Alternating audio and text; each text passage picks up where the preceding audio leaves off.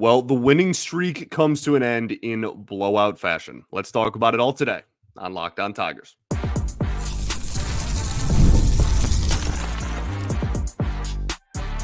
You are Locked On Tigers, your daily Detroit Tigers podcast. Part of the Locked On Podcast Network, your team every day. What is up, everybody? Welcome back to another edition of Locked On Tigers. I'm, of course, your host, Scott Bentley. Today is Thursday. Thursday, June 6th, 2024. Thank you so much for making Locked On Tigers your first listen every single day. We are free and available wherever you get your podcasts, including YouTube, part of the Locked On Podcast Network, your team every day. Today's episode is brought to you by Game Time. Download the Game Time app, create an account, and use code LOCKEDONMLB for $20 off of your first purchase. Terms apply. Happy Thursday, everybody. Now that I'm very confident that it is, in fact, Thursday as you're listening to this, the Detroit Tigers have an off day today on Thursday, but last night on Wednesday, they got absolutely smacked around in Arlington by the Texas Rangers. That final score would be 9-1. Just kind of a weird day for the Tigers organization. Obviously, not a very good performance on the field. We'll talk plenty about that. But also, before the game even starts, we have injuries and roster moves happening. But Jack Flaherty isn't one of them. It's a surprise injury. We'll talk about that with stuff. It's obviously Alex Faedo for Mason Englert, who pitched in this game, so not a surprise if you did watch the ball game. But just Corey Seager got hurt in this game early as well. Kenta Maeda throws 2 pitches, right? We can just start, right? What went wrong?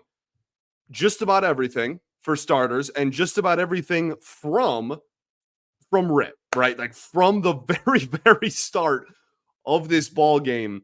Again, even really you could argue before this ball game even started, things were not going very well. Kenta Maeda starts holding his side. He's rubbing his right side a lot on the mound. He doesn't want to give up the ball. He goes out there. AJ Hinch takes the ball right out of his glove directly and tells him to get off the mound. They're going to prioritize his health, obviously. But then you have a bullpen game, right? And first glimpse, you go, okay, a bullpen game maybe isn't the worst thing in the world, just considering there's an off day tomorrow. You didn't use any relievers besides Bo Brisky in the first game of this series.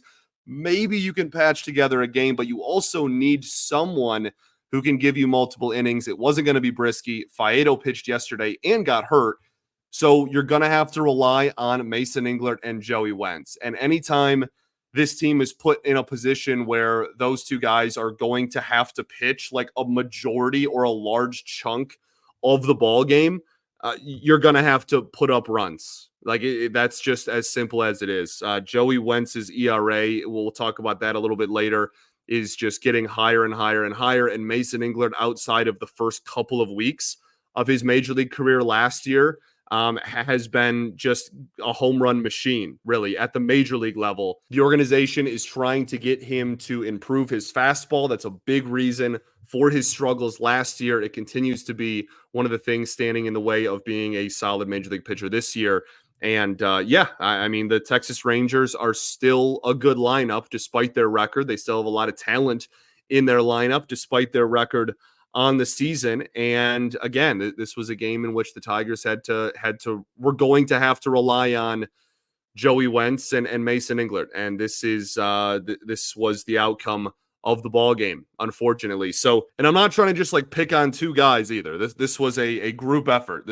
Offense was dreadful, right? This was just all around not a very good outing by your Detroit Tigers, just period. I just mentioned it there a little bit. Mason Englert, just fastball, not a major league pitch at the present moment. Continued to try to develop it. Showed some signs of life in AAA this year. Had a pretty solid season going for him in Toledo. But there's a big difference, obviously, between major league pitching, or major league hitting rather, and minor league hitting. And then Joey Wentz, similar boat, right? His fastball just has not been very effective for most of his major league career. That's just been the theme of most of his major league career. That's why he struggled last year. We talked about it at length last season. And that's why, for a little bit there, for April, he was solid. And I was talking really highly of him on here, talking about the improvements.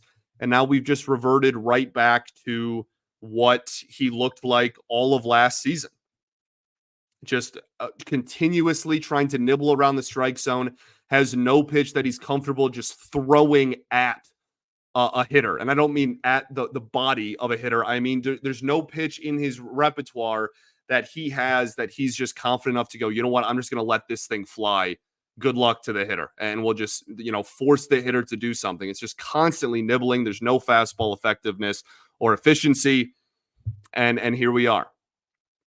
And I actually really like Mason Englert's changeup and have for a long time. I really like Joey Wentz's cutter and have for a long time. But if you don't have anything to set those pitches up with both of those, for the most part, unless you have like a 95-mile-an-hour cutter, which Joey Wentz does not have anything even close to that, you need a good fastball to be able to set that up. And neither of them have that at the present moment. So that is really the story of this game on the pitching side of things. There was also, what else went wrong? Pretty much everything. Again, this was a 9-1 final in which Zach McKinstry had to pitch. Like, not a whole lot went right, as you can imagine. I think they only had 3 base runners, and 2 of them were the guy who's playing in his 3rd Major League Baseball game. So you got perfect gamed by Jose Urena through what, 5?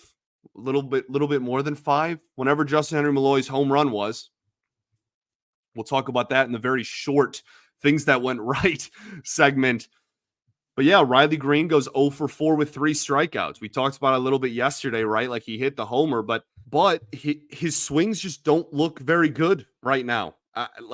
Again, like that, he turned on the homer in Tuesday night's game, but pretty much every other swing he's had outside of that, and we know what he did in the month of May. He struggled.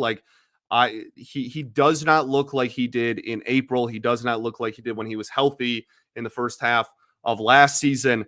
Some of it, I think, is decision making, but I also think a lot of it timing and the effectiveness of his swing. Right, we're seeing a lot of balls still grounded in, but we're also just seeing a ton of strikeouts with him lately. And that's something that if the Tigers do want to stay around 500 even, nonetheless, flirt with anything over 500, they need Riley Green.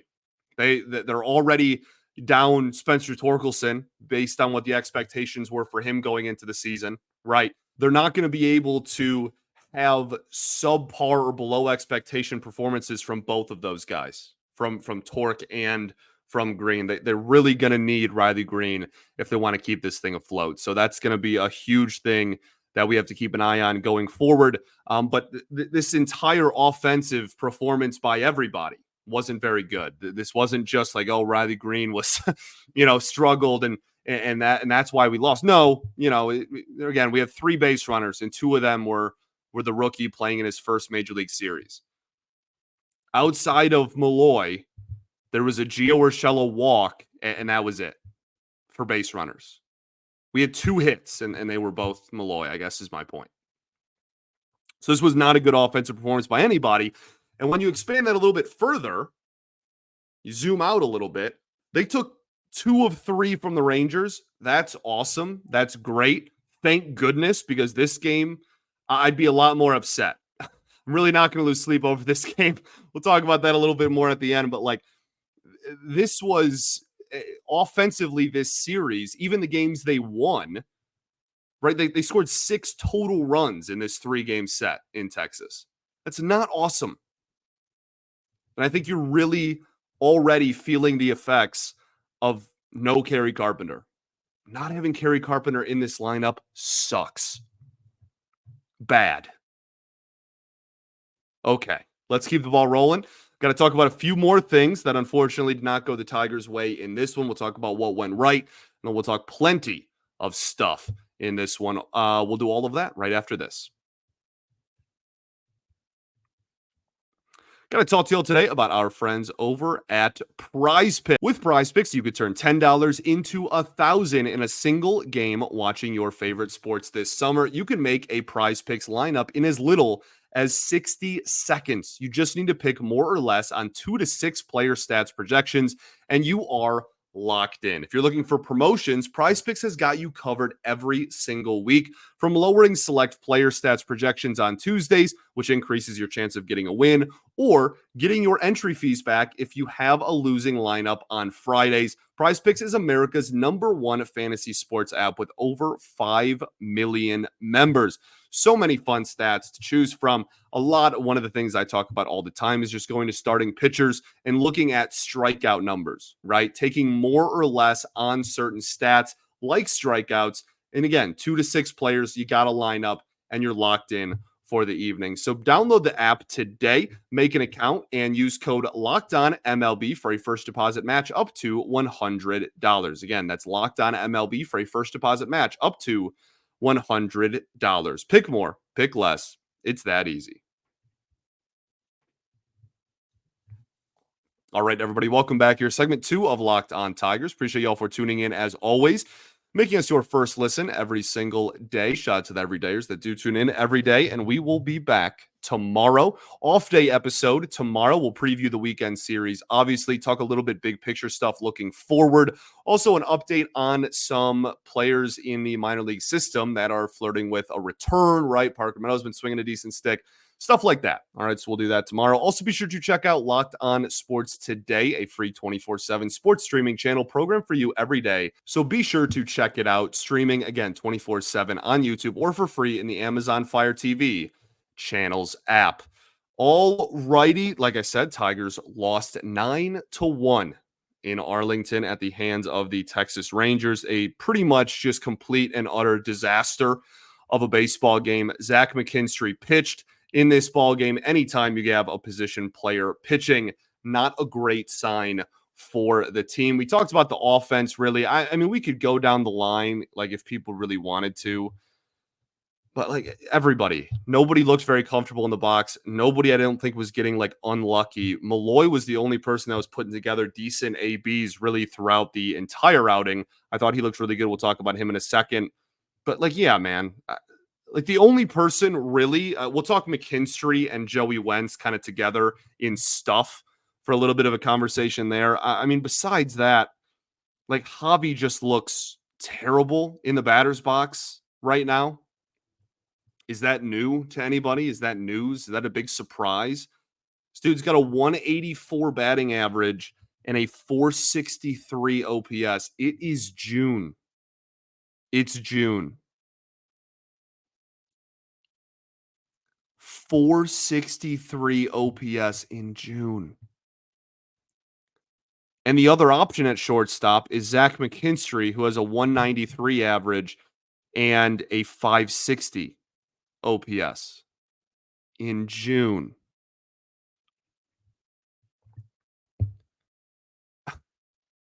So, yeah, like, there are still some holes in this lineup. This is still not the highest powered, most prolific offense you've ever seen. There are games that they have been winning lately outside of that game on Sunday where they put up 8. A lot of the games they've been winning lately have been due to really good pitching, just like most of the season. Okay. I mean, again, they got perfect gamed by Jose Urena, with all due respect, through 5. His stuff looked good. It really did. That sinker is a heck of a pitch. That's a plus pitch for him. What else went wrong in this ball game? I think, unfortunately, we have to have another conversation. This isn't the first time we're bringing it up, but Andrew Chafin has been struggling mightily. That is a 5.4 ERA on the season. Just no feel for really any of his pitches. That's been something like Andrew Chafin has never had, 99 mile an hour stuff, but he has put together some really, really, really good seasons for a decent amount of time now. And this collapse that has happened in front of our eyes this season from early May to present day has really been a result of just complete inability to hit spots consistently. And like, it's fastball slider, man. It's not rocket science with him, but because his fastball's 92 to 94 and the slider isn't, it moves a lot horizontally, but it's not going to kill you with velo. He needs to be hitting his spots. and he just hasn't, right? I wish I had some, like, oh, if he just tweaks this or like this is the answer type of, conversation with Andrew Chafin, but it really just is command. He's just not hitting spots. He's walking people. When he does miss out of the zone, it's way out of the zone. When he misses in the zone, it's over the heart of the plate. Just a complete inability to hit the corners for like a month now. Like it's been a while, dog. This isn't like a small sample size anymore. So that's something that's going to have to be addressed very quickly because that's a guy that's not on some huge long-term deal. He's on the wrong side of 30 in the eyes of baseball. That's something that he, we're going to have to right the ship here pretty quickly in the next few weeks, or else that conversation is going to get louder and louder. But this is a prolonged period of time now where he has just been completely ineffective.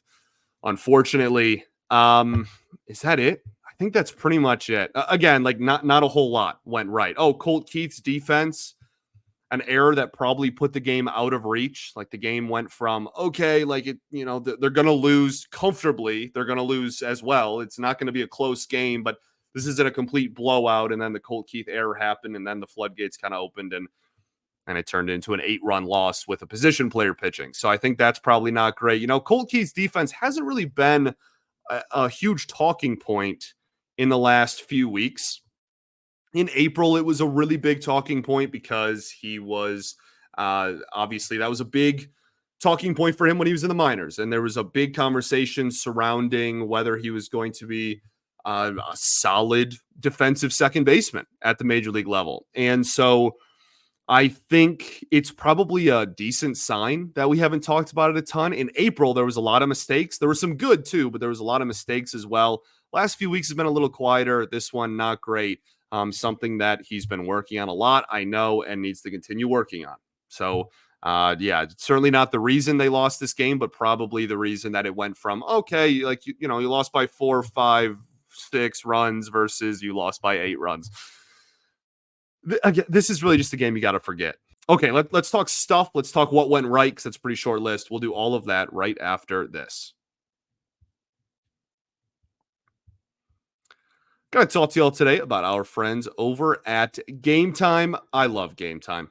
Really the definition of clutch. They have killer last-minute deals, all-in prices, views from your seat, and their lowest price guarantee, making Game Time take all the guesswork out of buying MLB tickets. It's also an authorized ticket marketplace of Major League Baseball, which makes getting tickets faster and easier, and prices on the Game Time app actually go down the closer you get to first pitch. We talk about their flash deals all the time, all their priority last minute deals as well. All in pricing, you can use toggling features that show you the total upfront with no surprise fees at checkout. You can see a view of your seat before you buy. There's so many reasons. I think the lowest price guarantee is probably the best feature as well. Game Time will credit you 110% of the difference if you find a ticket in the same section and row for less money. So take the guesswork out of buying MLB tickets with Game Time. Download the Game Time app, create an account, and redeem code LOCKEDONMLB for $20 off of your first purchase. Again, terms apply. Create an account and redeem code LOCKEDONMLB for $20 off. Download Game Time today. Last minute tickets, lowest price, guaranteed. All right, everybody, welcome back here. Third and final segment of Locked On Tigers. Appreciate you all so much for tuning in. Let's talk about what went right in this 9-1 loss. Very short list. Okay, Justin Henry Malloy, Will Vest. Boom, boom.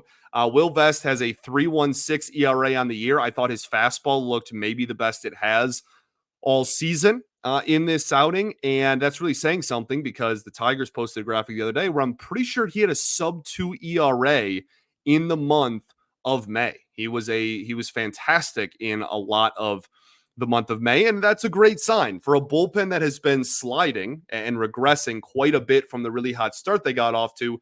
It's nice to have someone back there that has at least been somewhat reliable. I'd imagine that, especially if there's continued question marks surrounding a lot of these guys and their effectiveness in the end of ball games, Will Vest might just, kind of, I don't want to say by default, because that sounds almost derogatory. He's earned it. Again, he's pitched really well for over a month now, but I feel like that there might be an opening for him to get higher and higher leverage opportunities, him and Bo Brisky, obviously, as well. So I thought he was great in this game. And then Justin Henry Malloy, obviously, was fantastic. Hit the home run.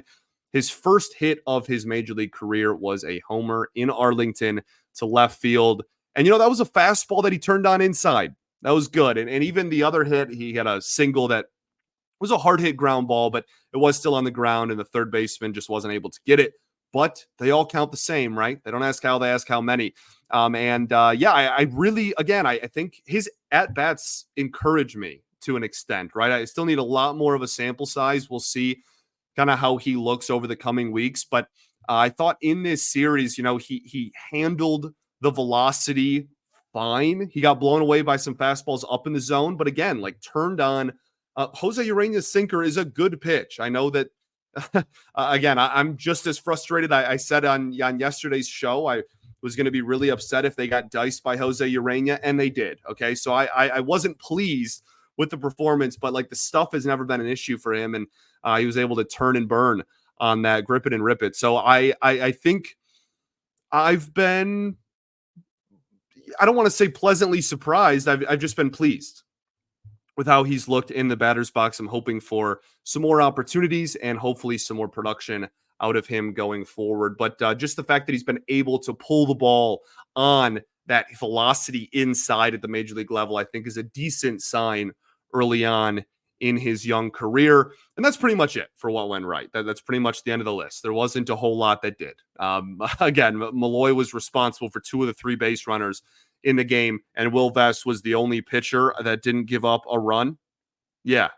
Besides, obviously, Maeda, and then Zach McKinstry actually pitched shutout ball. So good for Zach McKinstry. No runs to his name, at least. Okay, let's talk stuff. So injury updates. Alex Faedo goes on the 15-day IL before this game even starts. Has a hip issue, hip inflammation, I think was the exact designation. So Mason Englert has returned to the Major League roster.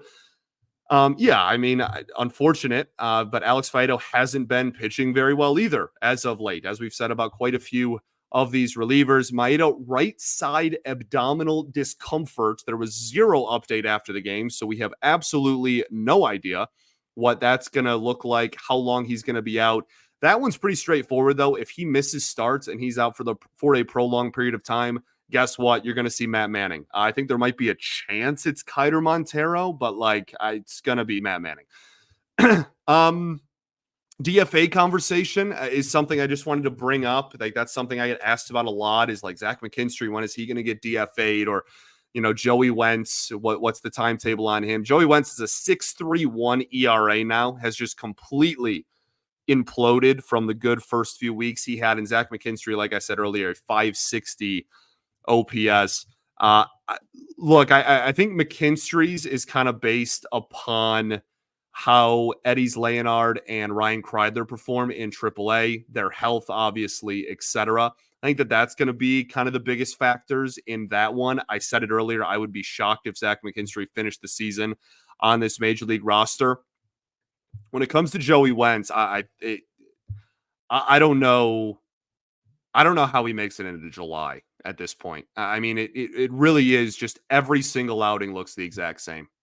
And you tried, he's out of options. You have one of the more higher renowned pitching coaching staffs in the sport that have done wonders on so many people. You're gaining this big reputation as being a place where, pitching coaches can fix players who have struggled lately or can help develop players at the major league level.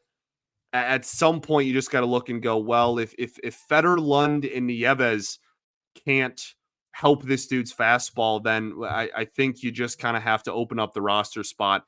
Maybe then you bring up Kiter Montero back up. He can pitch out of the bullpen. That's probably a better role for him. But I also think that he's a lefty, and they probably want, in a perfect world, another lefty, especially considering all the lefties in their pen haven't been awesome. Tyler Holton's been better, but like Chafin and Wentz have both been brutal for a while now. You can't just cut all your lefties either. It's really not great. Not in a great situation. Rock in a hard place as far as that's concerned. Again, we can talk about that a little bit more maybe on tomorrow's show. all in all, if there was ever a game to get smacked around, it would be this one. And that's why I'm not super upset about this loss. You still went over 500 on the road trip. You've still been really good in your last 10 games. Those aren't just all erased because of this performance. You still won the series, right? You took 2 of 3 against the reigning champs. You have an off day today, right? The day after, you have an off day on Thursday. Like, blowouts and close losses are all the same. They're not going to lose 9-1. I know some people are really kind of kind of doom and gloom about certain parts of the organization. At the end of the day, this is a 500 team right now. Like, they're not going to lose 9-1 all the time. That's clearly not the case. They've won as much as they've lost so far this season. I mention it every once in a while. There's I don't say it nearly this much, but probably, I don't know, 5 games a year, 10 games a year at most, probably closer to 5. I'm a pretty competitive person. I don't like losing, but I certainly don't like when the Tigers lose.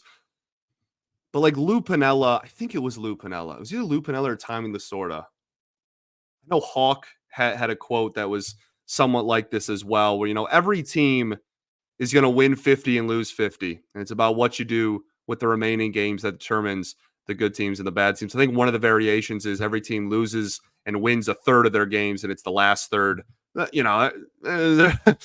I've seen 2 teams in my lifetime lose 114 and 119. So we'll kind of we'll maybe pump the brakes on a third. That'd be great. But the point stands. Like, no team is going to go undefeated. You're going to lose some games. You've still got a lot of reasons to be somewhat optimistic lately. Come on home, win some games against some I'm not going to say the W word, but against games that you could, in theory, win.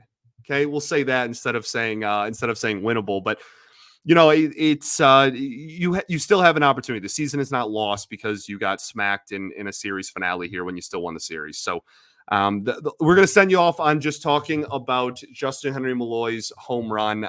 It's just, I said this when Wentz Perez got his first hit. First hits and first strikeouts really just always, they always make me just, I don't know, perspective maybe a little bit. They just remind me how much I love this dumb, beautiful, stupid, perfect sport, They really do. All of them, man. Every single one just really, I don't know, it just makes you think of playing ball growing up and just like the root of the game, like that pure joy and showing his parents and the awesome moment that they had then in the stands, being able to be there for it, not have to follow him on the road for, like 10 games waiting for it to happen, and seeing it in that first series, it being a home run, just, it's awesome. It's just so awesome. I love this game. And hopefully that is first of many to come for JHM, for Justin Henry Malloy. Very cool moment. Baseball is the best, even when you lose 9-1.